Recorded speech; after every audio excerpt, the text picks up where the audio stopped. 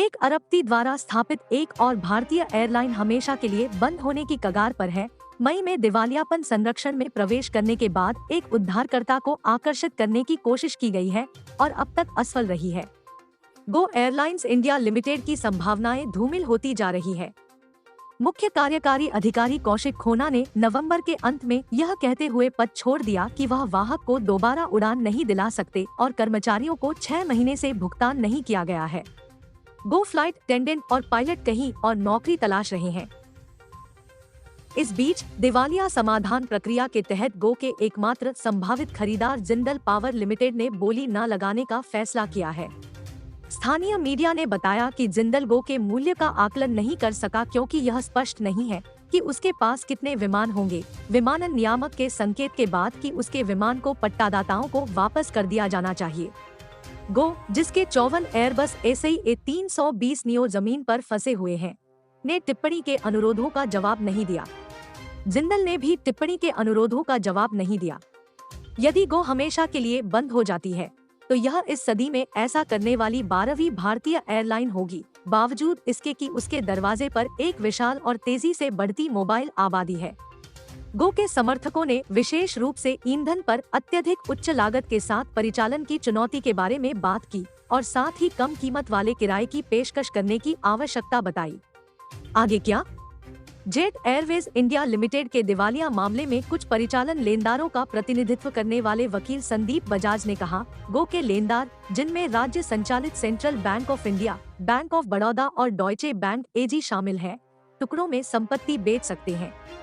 गो अप्रैल तक वित्तीय लेनदारों का लगभग 65 अरब रुपए, $780 मिलियन बकाया था और इसकी कुल देनदारियां 115 अरब रुपए थी। बजाज ने कहा, समाधान प्रक्रिया कहीं नहीं जा रही है। उन्होंने कहा, कंपनी पहले से ही ऐसे चरण में है जहां परिसमापन की आवश्यकता है क्योंकि बंद व्यवसायों को शायद ही कभी पुनर्जीवित किया जा सकता है। नई दिल्ली स्थित स्टार एयर कंसल्टिंग के अध्यक्ष हर्ष वर्धन ने कहा कि ग्राउंडेड एयरलाइंस लैंडिंग और पार्किंग स्लॉट, कर्मचारी, विमान, लाइसेंस और इंटरनेशनल एयर ट्रांसपोर्ट एसोसिएशन द्वारा शेड्यूल और टिकटिंग के लिए उपयोग किए जाने वाले कोड खो सकते हैं। वर्धन ने कहा, नए मालिकों को ट्रैवल एजेंटों, यात्रियों, उपकरण आपूर्तिकर्ताओं और कर्मचारियों सहित लंबित बकाया चुकाने की जरूरत है। मुझे नहीं लगता कि यह पुनर्जीवित होगा। भारत का आकर्षण। देश की 2 सबसे बड़ी विमानन कंपनियां, इंडिगो और पुनर्जीवित एयर इंडिया लिमिटेड, 73% की संयुक्त बाजार हिस्सेदारी के साथ अपनी पकड़ मजबूत कर रही है।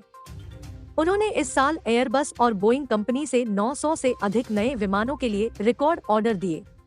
अकासा एयर की शुरुआत अगस्त 2022 में हुई, जिसे एक अन्य अरबपति राकेश झुनझुनवाला का समर्थन प्राप्त था, जिनकी उसी महीने मृत्यु हो गई।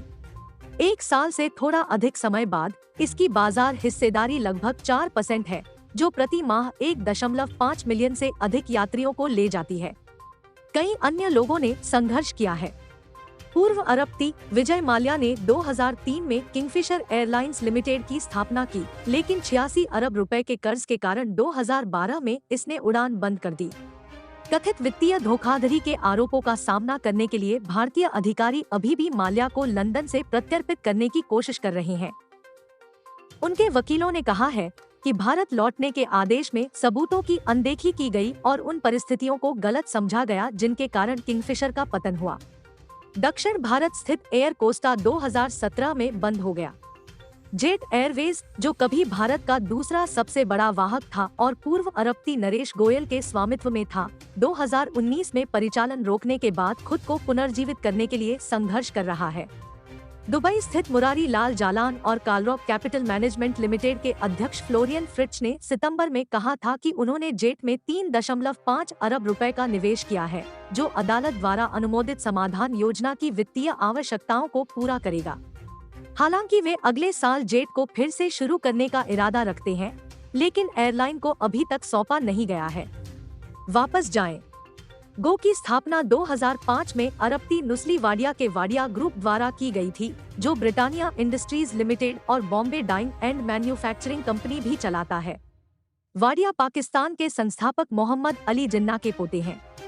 स्टार एयर के वर्धन ने कहा कि बाजार हिस्सेदारी का पीछा करते हुए गो ने विमान के पट्टे, हवाई अड्डे की फीस और वेतन का भुगतान करने के लिए उच्च ऋण जमा किया, जब जेट को कोविड के दौरान ग्राउंड किया गया था। वैश्विक विमानन उद्योग महामारी से बुरी तरह प्रभावित हुआ। कम से कम 68 एयरलाइंस दिवालियापन संरक्षण में शामिल थी। भारत में परिचालन की चुनौती और भी कठिन हो गई क्योंकि यात्री यातायात आधे से भी अधिक हो गया। अंततः गो एक कुशल एयरलाइन के रूप में अपनी जगह बनाने या प्रतिष्ठा बनाने में विफल रही, जबकि अधिक सफल इंडिगो अपने समय पर रिकॉर्ड और किफायती किराए के लिए प्रसिद्ध है और एयर इंडिया अपनी विरासत के लिए प्रसिद्ध है, वर्धन ने कहा। उन्होंने कहा, कोई भी पुनरुद्धार 3 से 4 सप्ताह में हो जाता। यह जितना अधिक समय तक जमींदोज रहेगा, उतना ही असंभव होता जाएगा।